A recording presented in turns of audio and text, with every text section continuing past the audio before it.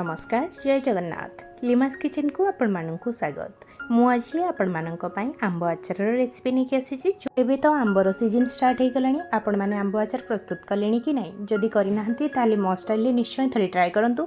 यही आंब आचारटी आम गोटे दिन ही प्रस्तुत करवा किंतु यही आंब आचार आपण 2-3 वर्ष रखिकी भी खाई परिबे। जमा भी एटा खराब हो ना। मु वीडियो रे जो सब छोट छोट टिप्स आपण मानक सहित शेयर करी आपण से सब को लक्ष्य करंतु।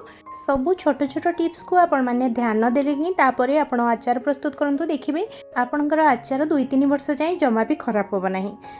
भिडियोटी जदि भल लगे मो चैनल को सब्सक्राइब करने सहित लाइक करेंगे कमेंट करेंगे पाखरे थिबा बेल आइकन को प्रेस कर नियंतु जहाँद्वारा मु अपलोड करुवा सब वीडियो प्रथम नोटिफिकेशन आपण मैंने पाइपर। मुझे प्रथमे किसी कंचा आंब नहीं जाइए। आंब को भल भाव में धोई नहीं कि गोटे पनीर साहाय्य काटि नहीं।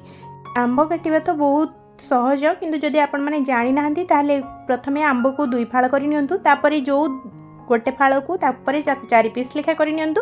एई भली भाबरे छोट छोट खंड करिकि आंबकर आचार प्रस्तुत कले खाइबा पई बहुत टेस्ट लागिता। देखिबा पई मध्ये बहुत सुंदर लागिथाय। सेति पई आपण सब बेले आंब को 4 खंड ही करिकि काटि नियंतु। तापरे देखंतु मो इठी सब आंब को काटि नेछि। तापरे सेथिरे देई नेछि लूण। मो इठी टिके लूण अधिका व्यवहार करिछि काहेकि ना आमे आंबरु जहाँ भी पानी बाहरिबो ताको फोपाड़ी दबा सेही हिसाब रे लक्ष्य करिकि आपण आंबरे लूण एवं हळदी गुंड ऐड करिवे। मो इठी लूण हळदी देला परे ताको भल भाबरे फेंटी नेछि मिसई नेछि आंब सहित लूण हळदी। तापरे एको आमे 3-4 घंटा पई रखी नबा जेमिति आंबरु एक्स्ट्रा पानी सब बाहरी जिवो। देखंतु एठी मु केते सारा पानी आंबरु बाहरिलानी। आमे जेतेबेले आंब काटिथिले सेतेबेले आंबर जमा भी पानी नथिला किंतु 3-4 घंटा पर एटा जेहेतु आम लुण पकई रखी से आंबर थिबा कषांश जोटा थाए सेटा पानी आकार रे बाहरी जाए। केते सारा पानी देखंतु ये बाहरी मु एबे ताकू नहीं आसी छात उपर को सुखेवा पे। एको आम 3-4 घंटा पुणी आंब को सुखई नबा। जेमिति खरा तो एबे बहुत होउची सेथिपाई 3-4 घंटा रे आंबरू पानी बहुत भल भाव में सुखीजिवो। आम ये आंब को बेसी समय सुखेबा नहीं जेमिति बेसी टाण ही न जाए। आंब अल्प समय पाई सुखई नबा जेमिति आंब आचारटी बहुत नरम बनिवो ता सहित खाइबा पाई बहुत टेस्टी भी लागिवो। एठी जदि आपण माने बेसी समय खरारे सुखई देबे ताहले आंब आचारटी टाण लागिवो एवं खाइबा पाई टिके भलो लागिवो नाही। सेथिपाई आंब आचाररू पानी सुखिला पर्यंत आपण केवल सुखई नियंतु। मु एठी 3-4 घंटा सुखई नेछि। 3-4 घंटा पर आंब आमर बहुत भल भाव में सुखी जाइए। मु एबे आंब सब को तोड़ी नहीं एवं देखंतु एठी गोटे करेई बसाई नहीं गैस ऑन करिकि सेथिरे देई नहीं गोटे कप पाखापाखि पानी। जेहेतु आम ये चीनी रे प्रस्तुत करवा से मु गोटे कप पानी नहीं जाइए। आपण मैंने चाहिए आंब आचारटी गुड़े प्रस्तुत करें। आपण तो आंब आचार बहुत प्रकार बनाऊे किंतु थरे एई भली भाव में बनईकी देखंतु। आपण आंब आचार बम जितेबाला खुलिबे आपण पाटे पानी निश्चय चली आसो। यार बास्ना एवं टेस्ट एते बढ़िया जे आपण खाइला परे आउ अन्य प्रकार आंब आचार बनवाई इच्छा करेंगे ना। यही आंब आचार आपण सब बेले बनवाई इच्छा करेंगे। ये आमर चीनी पानी सहित भल भाव में मिसी जाइए। मु सेथिरे देई नहीं आंब को। ये आंब देखिए आप जानीपे आंब आचारटी आमर केते सुखी। किछि समय आंब को आम भल भल भाव में सीझे नबा।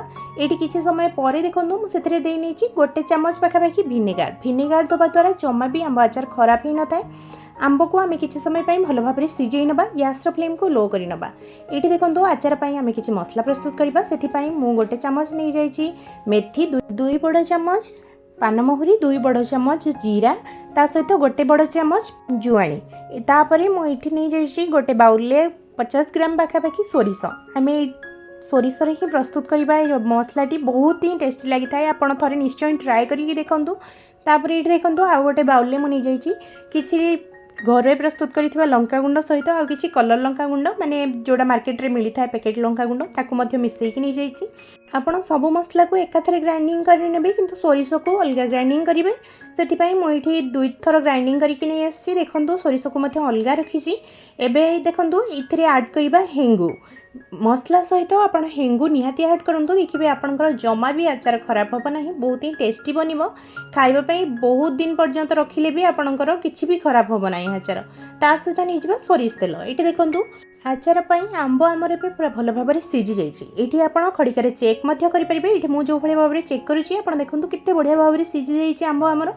ता सहित चीनी सिराटा अठा अठा मध्य लगिलानी माने चीनी रु पानी टोटाल मरीगलानी एबे चीनी सिरा पूरा बहलिया हो गलानी आंबरे जहाँ भी पानी थिला सब सुखी गलानी जेतेबेले चीनी सिरा पूरा अठा अठा हाथ को लगिबो सेतेबेले आपण गैस फ्लेम को ऑफ करी नेबे तापरे एठी आ गोटे करी मु गैस ऑन करी पुनी बसई नीची एवं करी भल भाबरे गरम ही गला परे मु सेतरे 250 ग्राम पाखापाखि दे नीची सोरिष तेल जेहेतु मोर आंब ये 1.5 किलो थिला मु से हिसाब रे लक्ष्य करिकी 250 ग्राम नेची सोरिष तेल आपण मैंने ये चाहिए अधिका मत सोरिष तेल व्यवहार करेंगे मु मोर आचार को लक्ष्य करके ये सोरिष तेल व्यवहार करी आपण हिसाब से नहीं पारे आपड़ जदि आंब अधिका नौकरी सोरिष तेल अधिका आप व्यवहार करेंगे ये देखो तेल भल भाव में पूरा गरम हो जाइए तेल रू पूरा भल भाव में धूआं बाहर स्टार्ट हो गलानी आप देखिकी तो जापे मुझे गैस फ्लेम को ऑफ कर तेल टिके ठंडा हो गला आम ये जमा भी पूरा ठंडा करवा ना तेल को अल्प ठंडा हो गला आम से देना हेंगु मुझे अधा छोट चामच हेंगु नहीं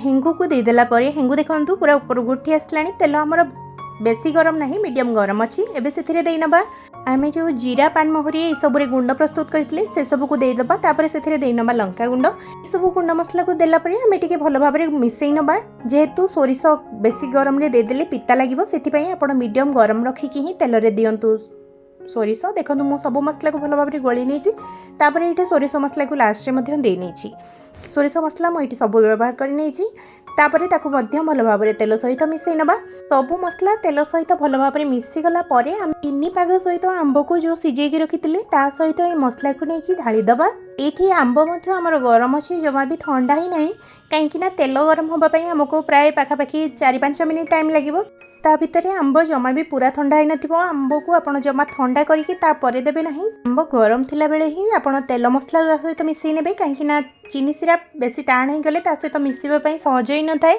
से आपण आंब गरम थिला बेले ही तेल मसला सबू भी गोले नेबे तापर आपण भल भाव में मिसई नेबे आंब सहित आंब को एबे आमे ठंडा हवा पई पूरा छाड़िबा आंब पूरा भल भाव में ठंडा हो सारा पर आम गोटे काच बम रे भर्ती कर नवा ये देखो मुझे गोटे काच बम नहीं से काच बम रे अल्प अल्प करके धीरे धीरे भरी नेबी जदि आपण मानक ये तेल कम लगुए बोली भावुंट ताल ये आप तेल आउ टे गरम करके पारे मु किंतु ये तेल नहीं कहीं यहाँ खरारे रखला तेल ऊपर को उठी जी भी तेल आमर देते मसला सहित से तेल ही आमर पूरा परफेक्ट किछि दिन खरारे देला परे आचार टी तेल छाड़ा स्टार्ट करदेव जितेबाला खरा पाइब यही भाव में आप निश्चय आंब आचार प्रस्तुत करूँ एवं खाई देखूँ आपको केते बढ़िया लगे ये आचारटी आप प्रस्तुत कलापर सांगे सांगे खाईपारे किंतु जेहेतु सोरिष आम व्यवहार कर आंब आचारटा टिके पिता लगिपारे किंतु आप 8-10 दिन पर जदि खाइबे यार टेस्ट बहुत ही बढ़िया लगे आपंकर सोरिष बास्ना जमा भी आसब ना कि